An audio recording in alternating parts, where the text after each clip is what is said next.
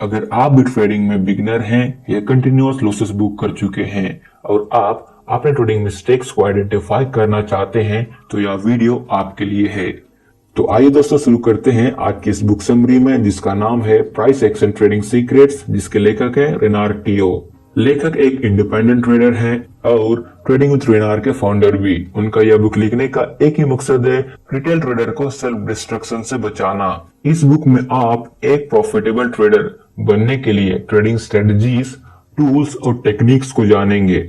सबसे पहले यहाँ पर यह जानते हैं कि इस बुक में आपको क्या क्या जानने मिलेगा। इस बुक में आप एक कंसिस्टेंट प्रॉफिटेबल ट्रेडर बनने के लिए ट्रेडिंग स्ट्रेटजीज, टूल्स और टेक्निक्स को जानेंगे। First, fundamental news, indicator, signal services के बिना भी आप मार्केट में ट्रेड कर सकते हैं। सेकंड, ट्रेड के दौरान अपने प्रॉफिट को मैक्सिमाइज करने और लॉसेस को रिड्यूस करने के लिए अपने एंट्री और एग्जिट टाइम को कैसे बेहतर बनाएं। थर्ड, अपने प्रॉफिट पोटेंशियल को इंक्रीज करते हुए विनिंग रेट को कैसे इंप्रूव करें। फोर्थ, अलग अलग मार्केट कंडीशन और टाइम फ्रेम में कैसे एक प्रॉफिटेबल अपॉर्चुनिटी को आइडेंटिफाई करें। फिफ्थ, अपने ट्रेडिंग अकाउंट को पूरी तरह खाली होने से बचाने के लिए कैसे एक प्रोफेशनल ट्रेडर की तरह रिस्क को मैनेज करें। सिक्स्थ, अगर मार्केट आपके अपोजिट डायरेक्शन में मूव करने लगता है तो ऐसी स्थिति में आप कैसे अपने आप को शांत रख सकते हैं। सेवेंथ, एक प्रूवन फ्रेमवर्क जिसका यूज करके आप भी एक प्रॉफिटेबल ट्रेडर बन सकते हैं। यहाँ पर यह मायने नहीं रखता कि आपके पास एक्सपीरियंस है या नहीं।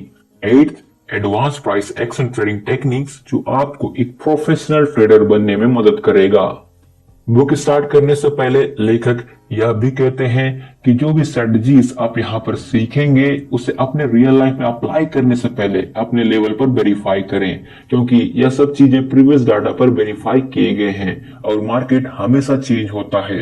अगर आप भी प्राइस एक्शन से रिलेटेड इन बातों को जानना चाहते हैं तो वीडियो के अंत तक बने रहें। अगर आपने अब तक इस चैनल को सब्सक्राइब नहीं किया है तो तुरंत इसे सब्सक्राइब करें। तो चलिए स्टार्ट करते हैं। Chapter 1, The Natural Laws of Trading. First law, following a consistent set of action leads to consistent result. ये लो कहता है अगर आप लंबे समय तक पर्टिकुलर सेट ऑफ एक्शंस यानी कि अपने ट्रेडिंग प्लान को फॉलो करते हैं तो ही आपको कंसिस्टेंट रिजल्ट मिलेगा। Second law, you must have an edge in the market. ये लोग कहता है कि जब भी आप ट्रेड में लॉस करें तो आपका रिस्क अमाउंट कम होना चाहिए और जब भी आप ट्रेड में प्रॉफिट बुक करें तो प्रॉफिट अमाउंट रिस्क अमाउंट से ज्यादा होना चाहिए। बिना एड्स के अगर आपके पास बेस्ट रिस्क मैनेजमेंट, डिसिप्लिन और साइकोलॉजी हो फिर भी आप एक लूजिंग ट्रेडर ही रहेंगे। Third law, the law of large numbers. ये लोग कहता है कि शॉर्ट रन में आपके रिजल्ट रैंडम हो सकते हैं बट लॉन्ग रन में आपके रिजल्ट आपके एक्सपेक्टेंसी के आसपास ही रहेगा। लेखक इसको एक एग्जांपल की मदद से समझाते हैं। जब एक कॉइन को टॉस किया जाता है तो हेड्स और टेल्स आने के 50-50% चांसेस होते हैं। जब एक ही कॉइन को 10 टाइम्स टॉस किया जाता है जिसमें 6 टाइम्स हेड्स और 4 टाइम्स टेल्स आता है, इसका मतलब यह नहीं होता कि हेड्स आने के 60% चांसेस है और टेल्स आने के 40%। और जब सेम कॉइन को 1000 टाइम्स टॉस किया जाता है तो हेड्स और टेल्स आने के चांसेस अप्रोक्सीमेटली 50-50% चांसेस ही होते हैं। Fourth law, always take care of your downside. ये लोग कहता है अगर आपके पास मार्केट में एज हो फिर भी आप बिना प्रॉपर रिस्क मैनेजमेंट के आप एक लूजिंग ट्रेडर ही रहेंगे। यहाँ पर लेखक एग्जाम्पल देते हैं, पर्सन ए और पर्सन बी दोनों ही रिस्क रिवॉर्ड रेशियो 1:2 लेते हैं। यहाँ पर पर्सन बी अपने टोटल कैपिटल का 25% पर ट्रेड रिस्क लेता है जबकि पर्सन ए टोटल कैपिटल का ओनली 1% पर ट्रेड रिस्क लेता है। अगर दोनों के केसेस में इनिशियल 4 ट्रेड में स्टॉप लॉस हिट हो जाता है और बाकी ट्रेड बचे हुए अमाउंट पर करते हैं। पर्सन बी हर ट्रेड पर 25% का रिस्क लिया था और इनिशियल 4 ट्रेड में स्टॉप लॉस हिट हुआ, इसलिए total loss equal to number of losing trade into risk amount per trade जो कि 4x25 यानी 100% होता है। यहाँ पर पर्सन बी के केस में इनिशियल 4 ट्रेड में ही टोटल कैपिटल खत्म हो गया। अब देखते हैं पर्सन ए के केस में। पर्सन ए ने हर ट्रेड पर अपने कैपिटल का सिर्फ 1% रिस्क लिया था। पर्सन ए के भी इनिशियल 4 ट्रेड में स्टॉप लॉस हिट हुआ था और इसके बाद के 4 ट्रेड में प्रॉफिट। पर्सन ए के केस में आउटकम्स इस प्रकार होंगे, total loss equal to number of losing trade into risk amount per trade, मतलब 4 into 1 equal to 4%। Total profit number of profit trade into reward percent per trade, मतलब 4 into 2 equal to 8%। यहाँ पर person A का net profit 8% minus 4% equal to 4% है। यहाँ पर person A का person B के कंपैरिजन में ज्यादा बेहतर रिस्क मैनेजमेंट था। Fifth law, you need money to make money. यहाँ पर लेखक एग्जाम्पल की मदद से समझाते हैं, अगर आप पर ईयर एवरेज 20% प्रॉफिट बनाते हैं तो $1000 पर आपको $200 पर ईयर मिलते हैं। $100,000 पर आपको $20,000 पर ईयर मिलते हैं और $1 million पर आपको $200,000 मिलते हैं। यहाँ पर आपको मालूम चल गया होगा कि आपका रिटर्न अमाउंट आपके ट्रेडिंग अकाउंट पर डिपेंड करता है। Sixth law, you make big money by compounding your returns. आपने लो 5 में देखा कि आपका एवरेज रिटर्न अमाउंट आपके ट्रेडिंग अकाउंट पर डिपेंड करता है, इसलिए जब आप अपने पर ईयर एवरेज प्रॉफिट को अपने ट्रेडिंग अकाउंट में ऐड करते जाते हैं तो आपका रिटर्न भी कंपाउंड होता चला जाता है। Seventh law, there is no best trading strategies out there. यहाँ पर लेकर कहते हैं कि बेस्ट का meaning person to person change होता है। किसी के लिए लो कैपिटल रिक्वायरमेंट होता है तो किसी के लिए हाई रिटर्न बेस्ट होता है और यह लिस्ट बढ़ती जाती है। Eight law, no trading strategies work all the time. अगर आप चाहते हैं कि आपका ट्रेडिंग स्ट्रेटजीज हर टाइम काम करे तो मार्केट कंडीशन को भी सेम ही रहना पड़ेगा, जो कि पॉसिबल नहीं है, इसलिए कोई भी स्ट्रेटजीज हर वक्त काम नहीं करता है। Ninth law, the secret to making money every day. ये लो कहता है कि आपके प्रॉफिट बनाने का प्रोबेबिलिटी आपके फ्रीक्वेंसी ऑफ ट्रेड पर डिपेंड करता है। जितना ज्यादा आप ट्रेड करेंगे उतना ही ज्यादा प्रॉफिट बनाने के चांसेस भी बढ़ जाते हैं। बट ये लो रिटेल ट्रेडर के लिए नहीं है, क्योंकि रिटेल ट्रेडर एक दिन में लार्ज नंबर ऑफ ट्रेड नहीं ले सकता है। अगर ऐसा करता है तो कमीशन फी बहुत ज्यादा बढ़ जाता है, इसलिए ये लो सिर्फ हाई फ्रीक्वेंसी ट्रेडिंग फर्म के लिए एप्लीकेबल है। 10th low, trading is get rich slow scheme. यहाँ पर लेखक आपको यह कहना चाहते हैं कि अगर आप बहुत बड़ा प्रॉफिट कम टाइम में बनाना चाहते हैं तो रिस्क अमाउंट भी बड़ा ही होता है, जो रिस्क मैनेजमेंट के हिसाब से सही नहीं है। इसलिए आपको ट्रेडिंग एक बिजनेस की तरह ट्रीट करना होगा। आप अपने रिटर्न प्रॉफिट अमाउंट को दो तरीकों से बढ़ा सकते हैं, फर्स्ट अकाउंट साइज और दूसरा परसेंटेज ऑफ रिटर्न। यहाँ पर आपको लेखक अकाउंट साइज को बढ़ाने पर जोर देते हैं ताकि आप कंपाउंडिंग का फायदा उठाएं। Chapter 2, what is price action trading and how does it works. आपने बहुत से लोगों को यह कहते हुए सुना होगा कि शेयर प्राइस तब बढ़ती है जब नंबर ऑफ बायर्स सेलर के कंपैरिजन में ज्यादा होते हैं, बट यह एक्चुअल में मेन रीजन नहीं है प्राइस के बढ़ने का। इसको एक एग्जांपल की मदद से समझते हैं। मान लिया 100 बायर्स हैं, जिसमें से हर कोई गूगल के एक एक शेयर खरीदना चाहता है और सेम टाइम एक ही सेलर है 1 मिलियन शेयर को बेचना चाहता है। यहाँ पर शेयर की कीमत बढ़ेगी या फिर घटेगी। सेलिंग प्रेशर बाइंग प्रेशर से ज्यादा होने के कारण शेयर की कीमत घटेगी। अब देखते हैं, अगर आप प्राइस एक्शन को सीख लेते हैं तो ट्रेडिंग में आपको क्या क्या बेनिफिट मिल सकता है। फर्स्ट बेनिफिट, आपको ट्रेड करने के लिए फंडामेंटल न्यूज की जरूरत नहीं होती है, आप इसे इग्नोर कर सकते हैं। ट्रेडिंग में सबसे ज्यादा इंपॉर्टेंट आपके लिए होता है प्राइस। अगर आप न्यूज के बेसिस पर ट्रेड करते हैं तो हो सकता है कि आप एक बेस्ट ट्रेड को मिस कर सकते हैं। अगर आप लंबे समय से इस मार्केट में हैं तो आपको यह मालूम होगा कि कभी कभी नेगेटिव न्यूज होने के बावजूद भी शेयर की कीमत बढ़ जाती है। इसलिए अगर आप प्राइस को फॉलो करते हैं तो आपके बेस्ट ट्रेड को मिस करने के चांसेस भी घट जाते हैं। यहाँ पर लेकर कहते हैं कि फाइनेंशियल न्यूज वालों के पास नेगेटिव और पॉजिटिव न्यूज दोनों होते हैं। जब मार्केट ऊपर जाती है तो पॉजिटिव न्यूज दिखाते हैं और जब भी प्राइस घट जाती है तो नेगेटिव न्यूज बता देते हैं। इसलिए हर समय मार्केट में नेगेटिव न्यूज और पॉजिटिव न्यूज दोनों होते हैं। सेकेंड प्रॉफिट, अगर प्राइस को डायरेक्टली देखते हैं तो आपका मैनिपुलेशन होने के चांसेस बहुत कम है।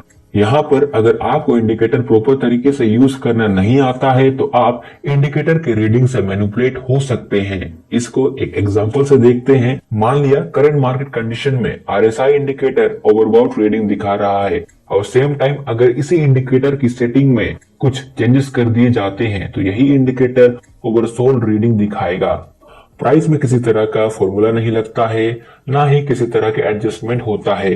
प्राइस भी मैनिपुलेट होता है बट बहुत कम होता है। जब कम लिक्विड मार्केट में डीपर पॉकेट्स एंट्री करते हैं तो थोड़ा बहुत मैनिपुलेशन हो जाता है। थर्ड बेनिफिट, आप अपने एंट्री और एग्जिट टाइम को बेहतर बना सकते हैं। अगर आप इंडिकेटर यूज करते हैं, प्राइस के मूव होने के बाद ही इंडिकेटर आपको रीडिंग दिखाता है। इस तरह थोड़ा टाइम के लिए लेट हो जाते हैं एंट्री में। अगर आप प्राइस को फॉलो करते हैं तो जैसे ही प्राइस में आपको एंट्री सिग्नल मिलता है, आप एंट्री कर सकते हैं। फोर्थ बेनिफिट, अलग अलग मार्केट कंडीशन में ट्रेड करने के लिए आपके पास एक फ्रेमवर्क है।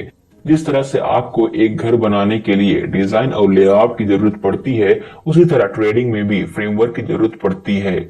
इसमें आपको यह प्लान करना होता है कि कब आपको खरीदना है, कब आपको बेचना है और कब आपको मार्केट से बाहर रहना है। प्राइस एक्शन ट्रेडिंग के डाउन साइड भी हैं। First down side, trading strategies को एक्यूरेट बैक टेस्ट के साथ परफॉर्म करना इम्पॉसिबल है।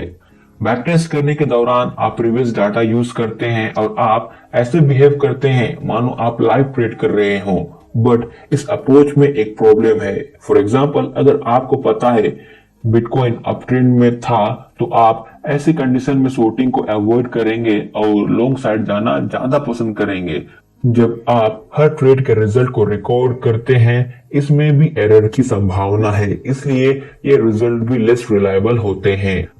सेकेंड डाउन साइड, एक ट्रेडिंग स्ट्रेटजीज को वैलिडेट करने के लिए बहुत लंबा समय लगता है।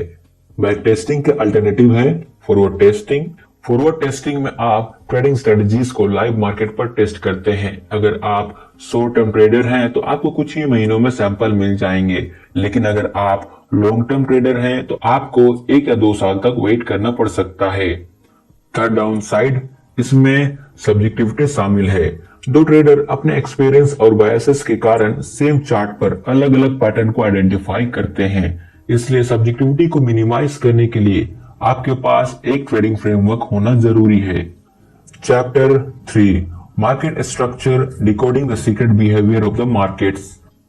अगर आपने चार्ट पर ध्यान दिया होगा तो मुख्यतः मार्केट 4 स्टेजेस में मूव करती है।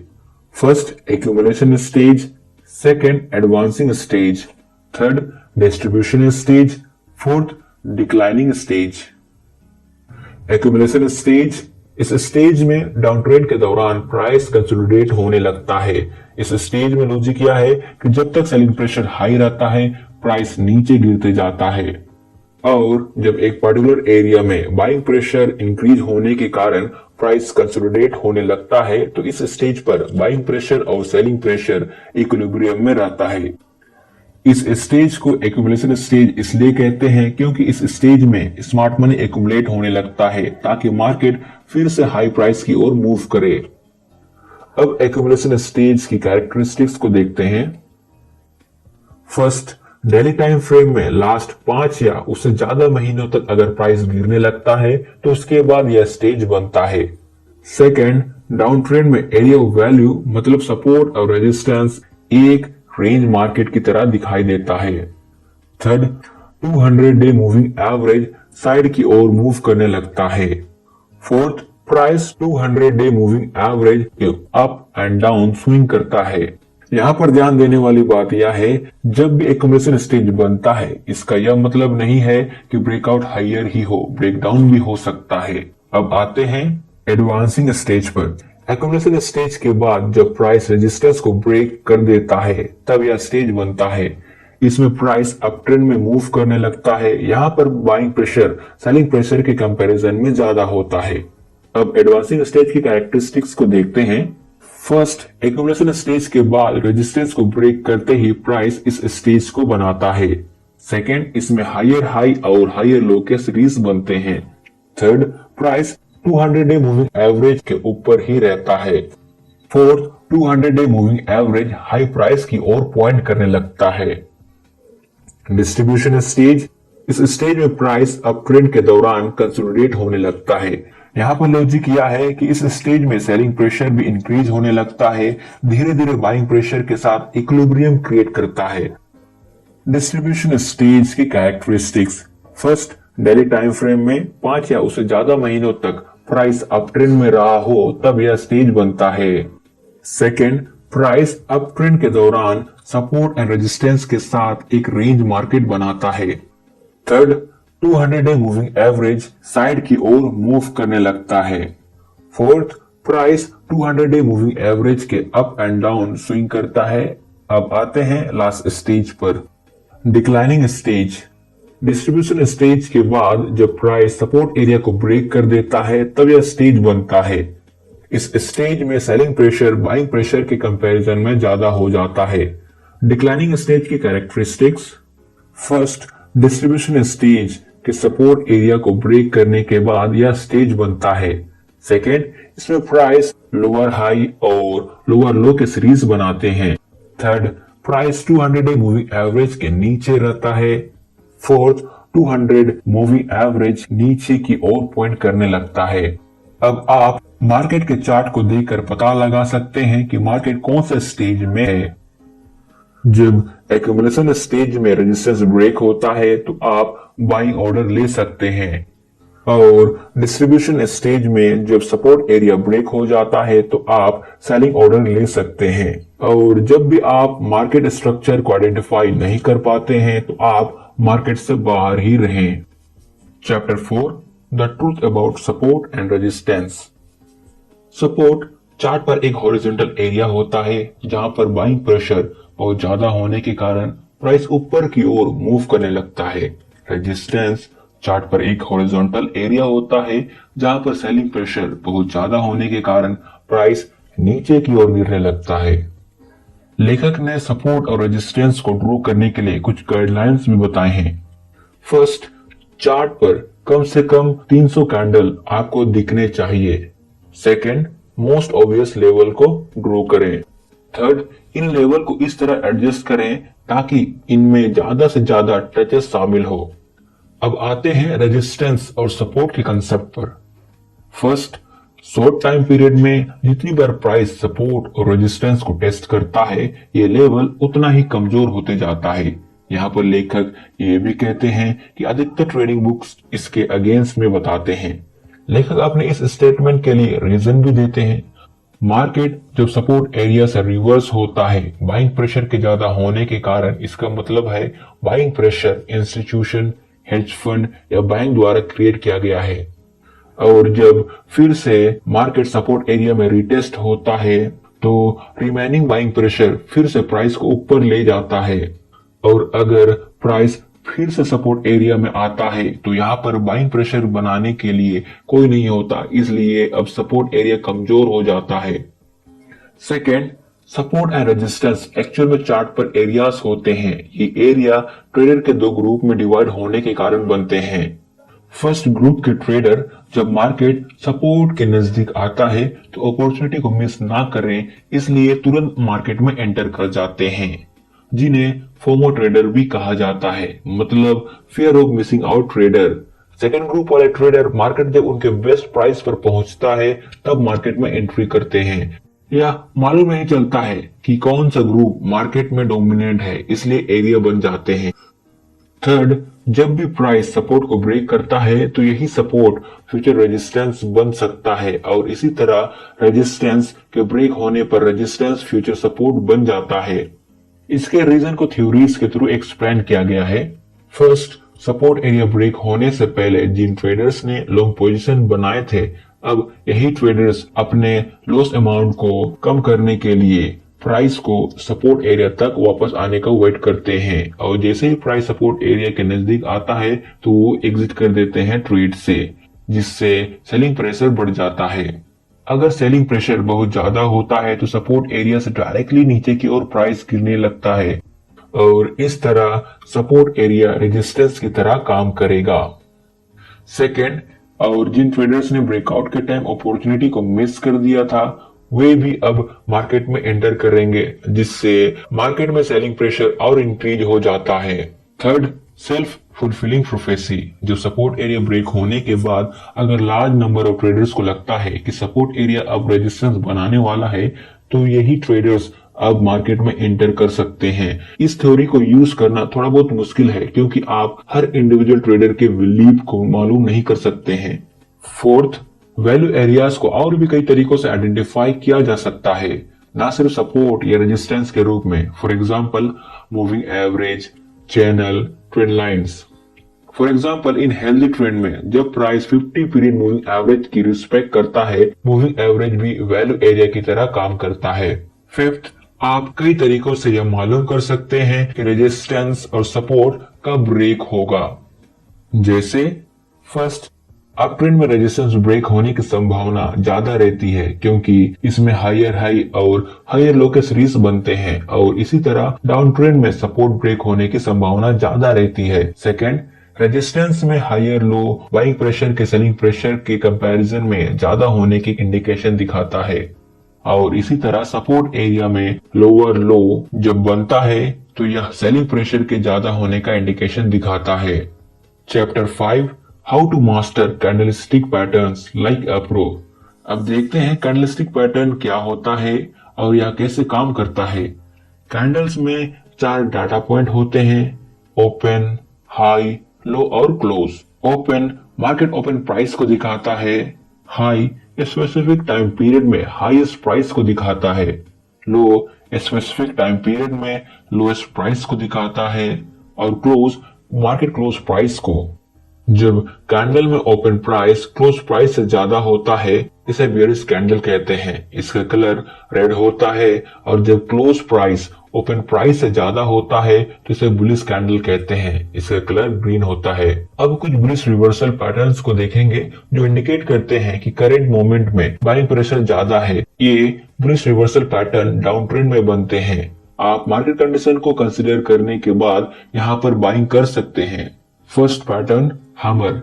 हैमर पैटर्न सिंगल कैंडल होता है। इसे रिकॉग्नाइज करने के लिए सबसे पहले आपको यह देखना है कि अपर शैडो बहुत कम या बिल्कुल नहीं होना चाहिए। प्राइस रेंज के 1/4 टॉप में क्लोज होना चाहिए। लोअर शैडो की लंबाई बॉडी की लंबाई से लगभग 2 या 3 गुना होना चाहिए।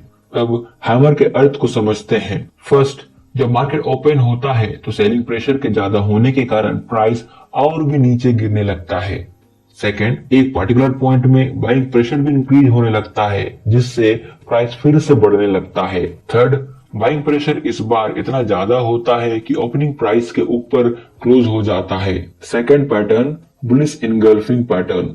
यह पैटर्न 2 कैंडल का बना होता है। इसे आइडेंटिफाई करने के लिए सबसे पहले आपको यह देखना है कि फर्स्ट कैंडल बेयरिश क्लोज हो। शैडो को कंसीडर ना करते हुए सेकंड बॉडी फर्स्ट बॉडी को कंप्लीटली कवर करना चाहिए। सेकंड कैंडल बुलिश कैंडल होना चाहिए। अब देखते हैं इस पैटर्न के मीनिंग को। फर्स्ट कैंडल में सेलिंग प्रेशर ज्यादा होने के कारण प्राइस नीचे गिरने लगता है। सेकंड कैंडल में बाइंग प्रेशर इतना ज्यादा हो जाता है कि प्रीवियस कैंडल के हाई को भी क्लोज कर देता है। Third pattern, piercing pattern. यह पैटर्न 2 कैंडल का बना होता है। इसे आइडेंटिफाई करने के लिए सबसे पहले देखते हैं कि फर्स्ट कैंडल बेयरिश क्लोज हो। सेकंड कैंडल फर्स्ट कैंडल के मिडिल से ऊपर क्लोज होना चाहिए। सेकंड कैंडल बुलिश कैंडल होना चाहिए। इस पैटर्न का मीनिंग, फर्स्ट कैंडल में सेलिंग प्रेशर ज्यादा होने के कारण प्राइस नीचे गिरता है। सेकेंड कैंडल में बाइंग प्रेशर भी इंक्रीज होने लगता है जिससे सेकेंड कैंडल का क्लोज प्रीवियस कैंडल के मिडिल से भी ऊपर क्लोज होता है। Fourth pattern, tweezer bottom. यह पैटर्न 2 कैंडल का बना होता है। इस पैटर्न को आइडेंटिफाई करने के लिए सबसे पहले आपको यह देखना है कि फर्स्ट कैंडल लोअर प्राइस पर रिजेक्शन दिखाता हो, सेकेंड कैंडल प्रीवियस लो को रिटेस्ट करता है और हाई प्राइस पर क्लोज होता है। मीनिंग, फर्स्ट कैंडल में सेलर प्राइस को नीचे गिराते हैं जब तक कि बाइंग प्रेशर नहीं मिलता। सेकेंड कैंडल में सेलर प्राइस को फिर से नीचे गिराते हैं बट स्ट्रॉन्ग बाइंग प्रेशर होने के कारण वे फेल हो जाते हैं। Fifth pattern, morning star. यह पैटर्न 3 कैंडल का बना होता है। इस पैटर्न को आइडेंटिफाई करने के लिए सबसे पहले आपको देखना है कि फर्स्ट कैंडल बेयरिश क्लोज होना चाहिए, सेकेंड कैंडल स्मॉल रेंज हो, थर्ड कैंडल फर्स्ट कैंडल के 50% से भी ज्यादा प्राइस पर क्लोज होना चाहिए। मीनिंग, फर्स्ट कैंडल में सेलिंग प्रेशर ज्यादा होने के कारण प्राइस नीचे गिरता है। सेकंड कैंडल में सेलिंग प्रेशर और बाइंग प्रेशर इक्विलिब्रियम में होते हैं इसलिए स्मॉल रेंज बनता है। थर्ड कैंडल में बाइंग प्रेशर सेलिंग प्रेशर के कंपैरिजन में बहुत ज्यादा होता है इसलिए कैंडल हाई प्राइस पर क्लोज हो जाता है। अब देखते हैं बेयरिश रिवर्सल कैंडलस्टिक पैटर्न्स को। यह पैटर्न अप ट्रेंड में बनते हैं। फर्स्ट पैटर्न शूटिंग स्टार या सिंगल कैंडल होता है। इसे आइडेंटिफाई करने के लिए सबसे पहले आपको देखना है कि लोअर शैडो बहुत कम या बिल्कुल नहीं होना चाहिए। प्राइस रेंज के बॉटम क्वार्टर पर क्लोज होना चाहिए। अपर शैडो बॉडी लेंथ के 2 या 3 गुना होना चाहिए। मीनिंग फर्स्ट, जब मार्केट ओपन होता है तो बाइंग प्रेशर ज्यादा होने के कारण प्राइस बढ़ जाता है। सेकेंड, एक पर्टिकुलर टाइम में सेलिंग प्रेशर भी इंक्रीज होने लगता है जिससे प्राइस फिर से नीचे गिरने लगता है। थर्ड, इस बार सेलिंग प्रेशर इतना स्ट्रॉन्ग होता है कि प्राइस कैंडल के ओपनिंग प्राइस के नीचे क्लोज हो जाता है। Second pattern bearish engulfing pattern. यह पैटर्न 2 कैंडल का बना होता है। आइडेंटिफाई करने के लिए सबसे पहले आपको देखना है कि फर्स्ट कैंडल बुलिश क्लोज हो, बिना शैडो को कंसीडर करते हुए सेकेंड बॉडी फर्स्ट बॉडी को कंप्लीटली कवर करे। सेकेंड कैंडल बियरिश क्लोज हो, मीनिंग फर्स्ट कैंडल में बाइंग प्रेशर ज्यादा होने के कारण प्राइस बढ़ जाता है। सेकेंड कैंडल में स्ट्रॉन्ग सेलिंग प्रेशर होने के कारण प्राइस प्रीवियस कैंडल के लो के नीचे क्लोज होता है। Third pattern dark cloud cover. इसमें 2 कैंडल होते हैं। इसे आइडेंटिफाई करने के लिए सबसे पहले आपको देखना है कि फर्स्ट कैंडल बुलिश क्लोज हो, सेकेंड कैंडल फर्स्ट कैंडल के मिडिल के नीचे क्लोज होना चाहिए, सेकेंड कैंडल बियरिश क्लोज हो। मीनिंग फर्स्ट कैंडल में बाइंग प्रेशर बहुत ज्यादा होने से प्राइस बढ़ जाता है। सेकेंड कैंडल में सेलिंग प्रेशर इंक्रीज होने लगता है जिससे प्राइस फर्स्ट कैंडल के मिडिल के नीचे क्लोज हो जाता है। फोर्थ पैटर्न ट्विजर टॉप या 2 कैंडल का बना होता है। इसे आइडेंटिफाई करने के लिए सबसे पहले आपको देखना होता है कि फर्स्ट कैंडल हायर प्राइस पर रिजेक्शन शो करे, सेकेंड कैंडल प्रीवियस कैंडल के हाई को रिटेस्ट करे और लोअर प्राइस पर क्लोज हो। मीनिंग फर्स्ट कैंडल में बाइंग प्रेशर बहुत ज्यादा होने के कारण प्राइस बढ़ते जाता है जब तक कि सेलिंग प्रेशर ना मिले। सेकेंड कैंडल में फिर से बायर्स प्रीवियस कैंडल के हाई को रिटेस्ट करते हैं बट स्ट्रॉन्ग सेलिंग प्रेशर होने के कारण फेल हो जाते हैं। फिफ्थ पैटर्न इवनिंग स्टार यह 3 कैंडल का बना होता है।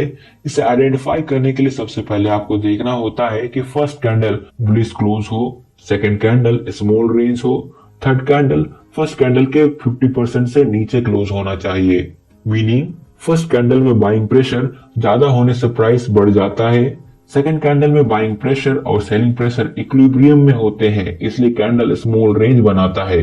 थर्ड कैंडल में सेलिंग प्रेशर इतना स्ट्रॉन्ग होता है कि मार्केट लोअर प्राइस पर क्लोज हो जाता है। अगर आपको इन पैटर्न को याद करने में दिक्कत आती है तो लेखक आपको एक मेथड बताते हैं। फर्स्ट, सबसे पहले आपको देखना है कि रेंज के रिलेटिव में प्राइस कहां पर क्लोज होता है। फॉर एग्जाम्पल, अगर एक बुलिश कैंडल में बॉडी साइज बहुत बड़ा और अपर शैडो बहुत छोटा है तो यह इंडिकेट करता है कि मार्केट में स्ट्रॉन्ग बाइंग प्रेशर है, और जब कैंडल बॉडी बहुत छोटा और अपर शैडो बहुत बड़ा होता है तो ये इंडिकेट करता है कि मार्केट में सेलिंग प्रेशर बहुत ज्यादा है। Chapter 6 the secret to risk and trade management. First, how the smart money hunts your stop loss. Market buyer और सेलर के बीच में ट्रांजैक्शन की फैसिलिटी देता है। जितने ज्यादा मार्केट में बायर्स और सेलर्स रहेंगे मार्केट के लिए लिक्विडिटी उतना ही ज्यादा रहेगी। अगर आप एक रिटेल ट्रेडर हैं तो आपके लिए लिक्विडिटी ज्यादा मायने नहीं रखती, बट इंस्टीट्यूशन के लिए लिक्विडिटी ही मोस्ट इम्पोर्टेंट है। फॉर एग्जाम्पल, अगर आप एक हेज फंड मैनेज करते हैं, आप एबीसी स्टॉक के 1 मिलियन शेयर खरीदना चाहते हैं। इस स्टॉक का सपोर्ट एरिया $100 पर है, करंट प्राइस $110 पर है। अगर आप इस समय मार्केट में एंट्री करते हैं तो बाइंग प्रेशर बहुत ज्यादा होने के कारण प्राइस भी बढ़ने लगेंगे, इसलिए आपके 1 मिलियन शेयर के लिए आपका कॉस्ट एवरेज प्राइस $115 पर शेयर होगा, जो कि करंट प्राइस से $5 ज्यादा है। इसलिए आप $5 के स्लीपेज से बचने के लिए आप प्राइस को नीचे सपोर्ट एरिया में पुश करेंगे ताकि बहुत सारे रिटेल ट्रेडर के स्टॉप लॉस हिट हो, और जैसे ही बहुत सारे रिटेल ट्रेडर के स्टॉप लॉस हिट होने लगते हैं वैसे ही मार्केट में बहुत सारे सेल ऑर्डर भी क्रिएट हो जाते हैं, और इसी वक्त इंस्टीट्यूशन मार्केट में अपने बेस्ट प्राइस पर बाइंग ऑर्डर लगाते हैं। यहाँ पर उन्हें $5 एक्स्ट्रा भी नहीं देना पड़ता, इसलिए लेकर सभी रिटेल ट्रेडर से कहते हैं कि कभी भी सपोर्ट के लो में स्टॉप लॉस ना लगाएं। अब आपके मन में ये सवाल उठ रहा होगा, फिर स्टॉप लॉस कहां लगाएं? नेक्स्ट पॉइंट में आपको इसका आंसर मिल जाएगा। Second, how to set a proper stop loss. आप स्टॉप लॉस इसलिए लगाते हैं ताकि जब भी मार्केट आपके अगेंस्ट में मूव करे तो आपको ज्यादा लॉस ना हो। सबसे पहले आपको एरिया ऑफ वैल्यूज यानी कि रेजिस्टेंस एंड सपोर्ट को आइडेंटिफाई करना है, फिर इसमें बफर ऐड करते हैं। फॉर एग्जाम्पल, अगर सपोर्ट एरिया का लो $100 में है तो आपका स्टॉप लॉस $100 से नीचे वाले वैल्यू में होना चाहिए। और इसी तरह रेजिस्टेंस में भी स्टॉप लॉस लगाते हैं। स्टॉप लॉस ऐसे लेवल पर लगाया जाता है जहां पर आपका ट्रेडिंग सेटअप इनवैलिड हो जाता है। Third, how to calculate position size in forex. Risk management का सीक्रेट है कि जब भी आप लॉस करें तो स्मॉल अमाउंट करें और जब भी आप प्रॉफिट करें तो लॉस अमाउंट से ज्यादा ही करें ताकि आप लॉस अमाउंट को रिकवर कर पाए। यहाँ पर लेखक कहना चाहते हैं कि आपका रिस्क परसेंटेज रिवॉर्ड परसेंटेज से हमेशा कम होना चाहिए। लेखक ने एक डायग्राम की मदद से इसे समझाया है। ट्रेडिंग कैपिटल का 10% लॉस पर 11.11% प्रॉफिट लॉस को रिकवर करने के लिए करना होगा। इसी तरह 20% लॉस पर 25% प्रॉफिट, 30% लॉस पर 42.85% प्रॉफिट, 40% लॉस पर 66.66% प्रॉफिट, 50% लॉस पर 100% प्रॉफिट, 60% लॉस पर 150% प्रॉफिट, 70% लॉस पर 233% प्रॉफिट, 80% लॉस पर 400% प्रॉफिट, 90% लॉस पर 900% प्रॉफिट और 100% लॉस पर ब्रोक। पोजीशन साइज निकालने के लिए आप इस फॉर्मूला का इस्तेमाल कर सकते हैं। Position size equal to amount you are risking divided by open bracket stop loss into value per pip close bracket. For example, अगर आपके पास $10,000 है, हर ट्रेड पर आप 1% रिस्क लेते हैं जो $100 होता है और आपका स्टॉप लॉस 200 पिप्स का है। एक स्टैंडर्ड लॉट के लिए पर पिप $10 USD होता है, इसलिए आपका position size equal to 100 divided by open bracket 200 into 10 close bracket, जिसका वैल्यू 0.05 आता है।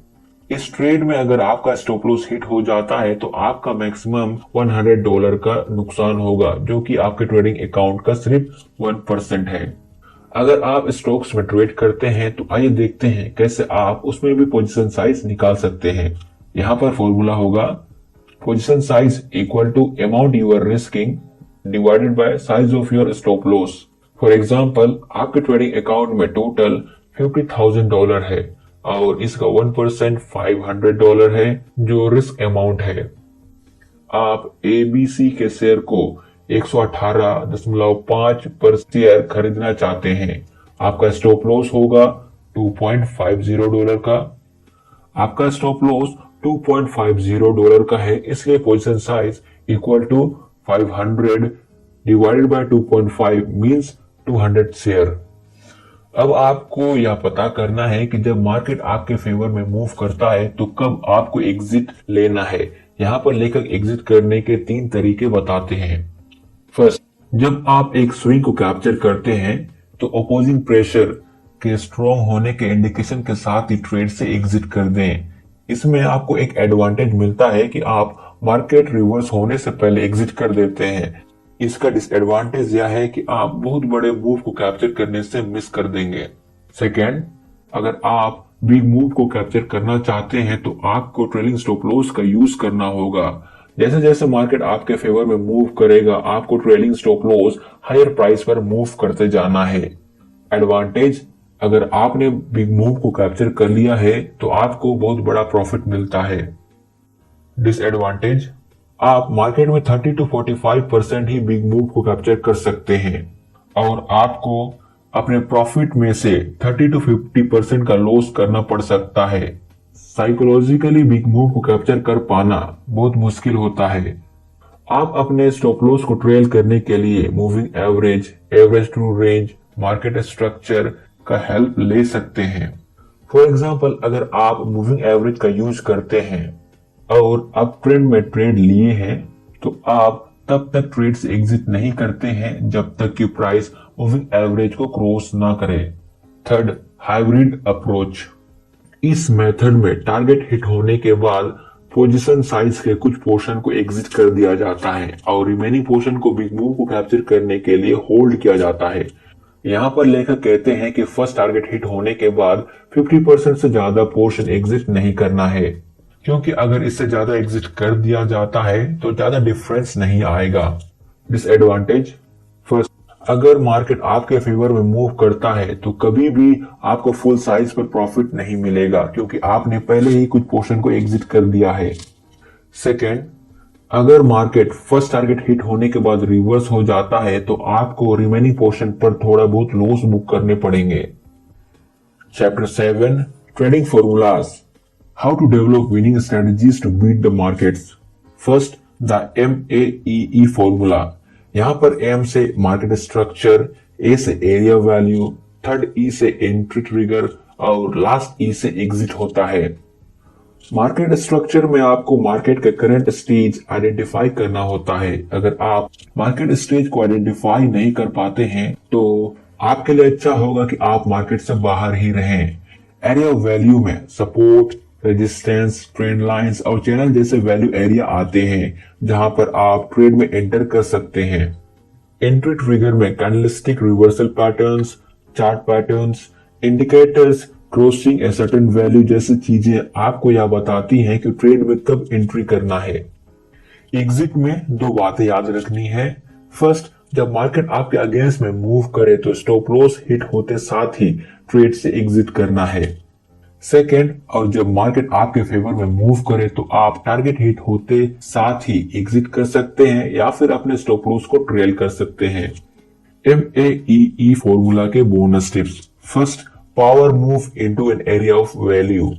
वैल्यू एरिया में बड़े कैंडल आते हुए दिखते हैं। इनमें थोड़ा सा या कोई पुल बैक नहीं होता है।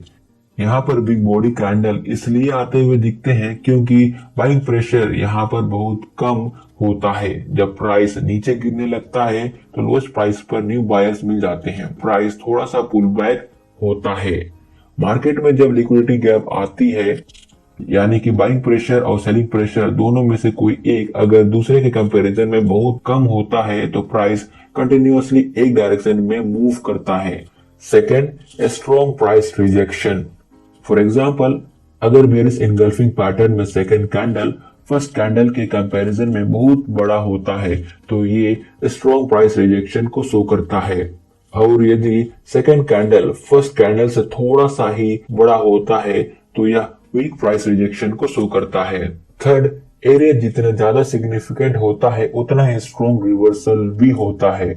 Second, the MBEE formula. यहाँ पर M market structure, B buildup, third entry trigger और लास्ट E एग्जिट शो करता है। बिल्डअप एक टाइट कंसोलिडेशन रेंज होता है या फिर आप कह सकते हैं कि यह एक नैरो रेंज कैंडल्स का सीरीज है। अगर रेजिस्टेंस के आसपास बिल्डअप बनता है तो उसके दो मीनिंग निकलते हैं। फर्स्ट, बायर्स रेजिस्टेंस में भी हाई प्राइस पर खरीदने के लिए तैयार हैं। सेकंड, यहाँ पर सेलिंग प्रेशर बहुत कम होने के कारण प्राइस नीचे नहीं गिरता। MBEE फॉर्मूला के bonus tips. First, don't trade into traffic. यहाँ पर लेकर कहना चाहते हैं कि कभी भी सपोर्ट एरिया में ट्रेलिंग ना करें, क्योंकि यहाँ बाइंग प्रेशर ज्यादा होता है जब तक कि सपोर्ट ब्रेक ना हो। सेकेंड, 20 पीरियड मूविंग एवरेज को अपने गाइड की तरह यूज करें। जब भी बिल्डअप बनता है तो यह मालूम नहीं चलता है कि यह 5 कैंडल्स का बनेगा या 10 कैंडल का या फिर 20 कैंडल्स का। जब लेखक ने अपने प्रीवियस ट्रेड पर इसे एनालाइज किया तो उन्हें मालूम चला कि जब भी बिल्डअप का लो 20 पीरियड मूविंग एवरेज को टच करता है तो ब्रेक आउट होने के चांसेस बढ़ जाते हैं। थर्ड, बिल्डअप जितना ज्यादा टाइट होता है या उतना ही स्ट्रोंगर होता है, इसलिए आप लूज बिल्डअप को अवॉइड कर सकते हैं। इसके दो रीजन है। फर्स्ट, लूज बिल्डअप में स्टॉप लॉस बहुत बड़ा होता है जो रिस्क टू रिवार्ड रेशियो को रिड्यूस कर देता है। सेकंड, अगर आप लॉन्ग ट्रेड पर हैं तो बिल्डअप के हाई पर सेलिंग प्रेशर मौजूद रहता है। अगर आप स्मॉल टाइम फ्रेम में देखते हैं तो यह एक रेजिस्टेंस है। Third, the DERR formula. D, developing your trading plan, E, execute, third R, record and last R, review. Trading plan guidelines का सेट होता है जो आपके ट्रेडिंग को डिफाइन करते हैं। फॉर एग्जाम्पल, फर्स्ट, ट्रेडिंग के लिए आपका टाइम फ्रेम क्या होना चाहिए। आपका ट्रेडिंग टाइम फ्रेम इस बात पर डिपेंड करता है कि आप ट्रेडिंग में कितना टाइम दे सकते हैं। सेकंड, आप कौन से मार्केट पर ट्रेडिंग करेंगे। अगर आप स्टॉक्स में ट्रेड करना चाहते हैं तो किस टाइप के स्टॉक्स में ट्रेड करना चाहते हैं। Stocks large cap, mid cap या स्मॉल कैप हो सकता है। अगर आप फॉरेक्स पर ट्रेडिंग करते हैं तो कौन से करेंसी पेयर पर आप फोकस करेंगे। थर्ड, आपके ट्रेडिंग सेटअप के क्या क्या कंडीशन होंगे। अगर आप ब्रेकआउट पर ट्रेड लेते हैं तो आप कब ट्रेड में एंटर करेंगे और किन किन कंडीशन में ट्रेड से बाहर रहेंगे, यह सब चीजें मेंशन करनी है। फोर्थ, अगर प्राइस आपके अगेंस्ट में मूव करे तो आप ट्रेड से एग्जिट कैसे करेंगे। आपको यहाँ पर एक स्टॉप लॉस लगाना होता है। जब भी स्टॉप लॉस हिट हो जाए आपको ट्रेड से एग्जिट कर देना है। फिफ्थ, अगर ट्रेड आपके फेवर में मूव करे तो आप ट्रेड से कैसे एग्जिट करेंगे। अगर आप स्विंग कैप्चर करना चाहते हैं तो टारगेट हिट होने के साथ ही एग्जिट कर सकते हैं, या फिर अगर आप बिग मूव को कैप्चर करना चाहते हैं तो स्टॉप लॉस ट्रेल करते जाएं, या आप हाइब्रिड अप्रोच भी अप्लाई कर सकते हैं। सिक्स्थ, आप पर ट्रेड कितना रिस्क ले सकते हैं। यहाँ पर लेखक कहते हैं कि आपको अपने ट्रेडिंग अकाउंट का सिर्फ 1% ही रिस्क लेना चाहिए। सेवेंथ, आप कितना यूनिट ट्रेड करेंगे। इसके लिए आप पोजीशन साइज कैलकुलेट करें। जब भी आप अपने ट्रेड को एग्जीक्यूट करते हैं तो इसके 5 रिजल्ट हो सकते हैं। Break even trade, small win, small loss, big win और बिग लॉसेस। आप प्रॉपर रिस्क मैनेजमेंट के साथ बिग लॉसेस को हमेशा के लिए एलिमिनेट कर दें। अगर आप बेस्ट प्राइस एक्शन ट्रेडर बनना चाहते हैं तो आपको अपने ट्रेड का रिकॉर्ड रखना पड़ेगा, जो आपको एमेच्योर ट्रेडर से सेपरेट करता है। जब भी आप अपने ट्रेड को रिकॉर्ड करेंगे तो उसमें date, time frame, setup, market, price in, price out, stop loss, profit and loss in R को जरूर शामिल करें। आपको अपने प्रॉफिट और लॉस को आर में रिप्रेजेंट करना है। फॉर एग्जांपल, अगर आप $5 रिस्क पर $10 बनाते हैं तो आप यह कह सकते हैं कि 1 आवर पर 2 आवर का प्रॉफिट। इसके साथ ही आपको 3 टाइप्स के चार्ट को सेव करना है। First, higher time frame chart. Second, entry time frame chart. Third, trade complete होने के बाद का चार्ट। आप हाई टाइम फ्रेम चार्ट से यह मालूम कर सकते हैं कि बिग पिक्चर में आप कहां पर हैं। ट्रेड कंप्लीट होने के बाद के चार्ट से आप प्रॉफिट और लॉस को एनालाइज करने के लिए रखें। अब आते हैं इस चैप्टर के लास्ट टॉपिक पर, जो है रिव्यू। अपने एक्सपेक्टेंसी को कैलकुलेट करने के लिए लेखक एक फॉर्मूला बताते हैं। यहाँ पर expectancy equal to open bracket winning percent into average win close bracket minus open bracket losing percent into average loss close bracket minus open bracket commission plus slippage close bracket। For example, आपका winning rate और losing rate 50-50% है। Average win $1000 है और average loss $500 है और commission and slippage $10 का है। अगर आपका एक्सपेक्टेंसी पॉजिटिव आता है तो आपका स्ट्रेटेजी पास मार्केट में एज है।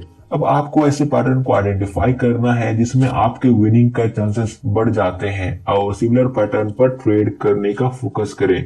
ऐसे पैटर्न को आइडेंटिफाई करें जिसमें आपका लॉस हुआ हो और इस तरह का पैटर्न पर ट्रेड नहीं करें। अगर आप लार्ज लॉसेस से बचना चाहते हैं तो कभी भी अपने रूल्स को ब्रेक नहीं करें।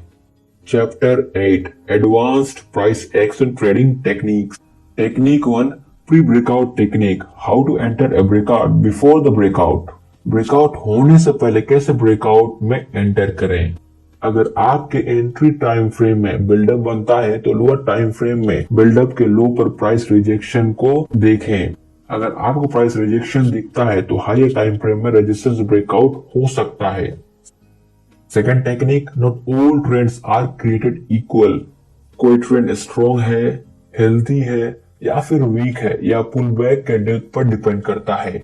स्ट्रॉन्ग अप ट्रेंड में रिट्रेसमेंट 38% से अधिक नहीं होता और प्राइस के लिए 20 पीरियड मूविंग एवरेज सपोर्ट का काम करता है। एक हेल्दी अप ट्रेंड में रिट्रेसमेंट 50% से ज्यादा नहीं होता और 50 पीरियड मूविंग एवरेज प्राइस के लिए सपोर्ट का काम करता है। वीक अप ट्रेंड में कम से कम 62% रिट्रेसमेंट होता है और प्राइस 200 मूविंग एवरेज के आसपास सपोर्ट बनाता है। Third technique, don't trade in the direction of the trend when the price is over stressed. For example, एक हेल्दी अप ट्रेंड में प्राइस 50 पीरियड मूविंग एवरेज के अप एंड डाउन स्विंग करता है। जब प्राइस 50 मूविंग एवरेज से बहुत ज्यादा दूर होता है, अगर आप ट्रेड लेते हैं तो आपका स्टॉप लॉस बहुत बड़ा होता है जो आपके ट्रेड सेटअप के लिए इनवैलिड है। Fourth technique, how to identify hidden strength and weakness in the markets. Market कभी भी स्ट्राइट लाइन में मूव नहीं करता है, पुलबैक आपको देखने मिलेगा ही। अगर ट्रेडिंग मूव्स स्ट्रॉन्ग है तो सेम डायरेक्शन में लार्ज कैंडल्स का रेंज बनेगा और अपोजिट साइड में कैंडल्स के साइज छोटे होते जाएंगे। Fifth technique, how to tell when the market is exhausted and about to reverse. जब मार्केट ओपन होता है तो यह पर डे एक लिमिट रेंज में ही मूवमेंट करता है, जिसे वोलेटिलिटी बोल सकते हैं। ATR average true range indicator market में वोलेटिलिटी को मेजर करता है। जब 20 period ATR daily time frame में 100 पिप्स रीडिंग शो करता है, इसका मतलब यह है कि लास्ट 20 दिनों से मार्केट डेली एवरेज 100 पिप्स में मूव कर रहा है। यहाँ पर यह मतलब नहीं होता कि जब मार्केट 100 पिप्स से बाहर हो तो मार्केट रिवर्स करेगा ही। अगर आप इसके साथ candlestick patterns, market structure, support and resistance का यूज करते हैं तो रिवर्सल को फिल्टर कर सकते हैं। Sixth technique, not all markets are created equal. यहाँ पर लेखक एक सिंपल ट्रेंड फॉलोइंग सिस्टम को अप्लाई करते हैं डिफरेंट मार्केट में।